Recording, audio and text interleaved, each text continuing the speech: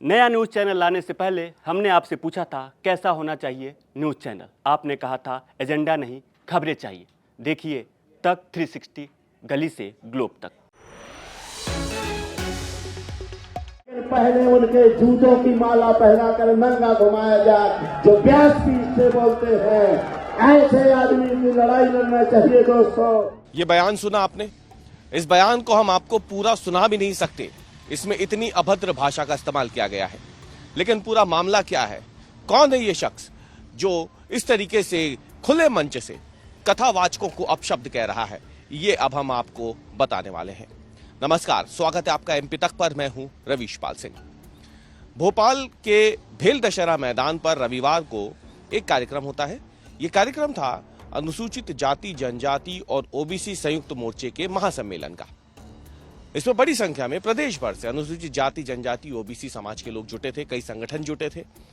और इसी में भाषण जब हो रहा था तो मंच पर आरडी प्रजापति जो कि पूर्व विधायक हैं, उन्होंने कथावाचकों को लेकर के अपशब्दों का इस्तेमाल किया है।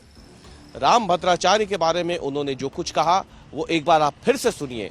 वही रामभद्राचार्य जिन्हें बागेश्वर धाम के पीठाधीश्वर पंडित धीरेन्द्र कृष्ण शास्त्री अपना गुरु मानते हैं, उनके बारे में पूर्व विधायक आरडी प्रजापति ने क्या कुछ कहा, एक बार आप वो सुन लीजिए। अब बहन बेटियां तो फिलाट हो गई है। कोई भी 100 बार रजिस्ट्री कराओ, 1000 बार रजिस्ट्री कराओ, बहन बेटियों के पृथ्वी हिलने लगी है, रुद्राचार कहते हैं। अब आप बताइए, एक अंधाचार है, वो कहता है wonderful instrument, wonderful instrument for enjoy. तुम भी अपनी एंजॉय वाली कितने लोगों ने कभी तुम्हारी आंखी खराब हो। एक बाबा लाली लगाकर कहता है, अरे हमारी बहन बेटियां 25 साल से 20 साल जो आती है वो 10 के ऊपर कार्रवाई क्यों नहीं? मैं चाहता हूं हमको फांसी दी जाए। डॉक्टर वर्मा जी को, संतोष वर्मा जी को आईएएस हटा दिया जाए, लेकिन पहले उनके जूतों की माला पहनाकर नंगा घुमाया जाए जो व्यास पीठ से बोलते हैं। ऐसे आदमी की लड़ाई लड़ना चाहिए दोस्तों। तो सुना आपने, रामभद्राचार्य का एक वीडियो पिछले साल वायरल हुआ था जिसमें उन्होंने वाइफ की जो परिभाषा दी थी उसे लेकर के जमकर सोशल मीडिया पर बहस छिड़ गई थी। हालांकि इस बयान में उन्होंने वाइफ और पत्नी के बीच का अंतर समझाया था, लेकिन सोशल मीडिया यूजर्स और ट्रोल्स ने वाइफ वाले हिस्से को ही काट करके सोशल मीडिया पे वायरल किया था, जिसके बाद देश भर में उनके बयान को लेकर एक बहस छिड़ गई थी। इसी बयान पर बात करते हुए पूर्व विधायक आरडी प्रजापति ने रामभद्राचार्य के बारे में तमाम अपशब्दों का इस्तेमाल कर दिया। सिर्फ यही नहीं, उन्होंने बाकी कथावाचकों पर भी अभद्र टिप्पणियां की। एक बार वो सुनिए। अब बहन बेटियां तो फिलाट हो गई है। कोई भी 100 बार रजिस्ट्री कराओ, 1000 बार रजिस्ट्री कराओ, बहन बेटियों के पृथ्वी हिलने लगी है, रुद्राचार कहते हैं। अब आप बताइए, एक अंधाचार है, वो कहता है wonderful instrument, wonderful instrument for enjoy. तुम भी अपनी एंजॉय वाली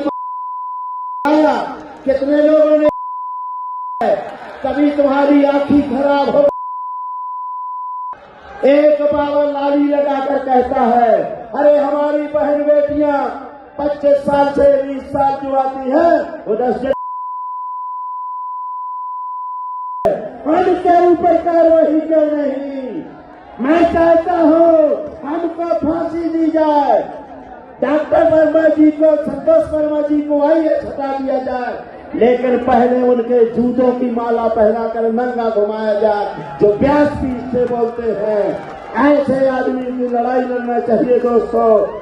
तो आपने सुना किस तरीके से रामभद्राचार्य समेत तमाम कथावाचकों पर आरडी प्रजापति ने एक के बाद एक जबरदस्त हमला बोला और उनके खिलाफ सख्त कार्रवाई की मांग की।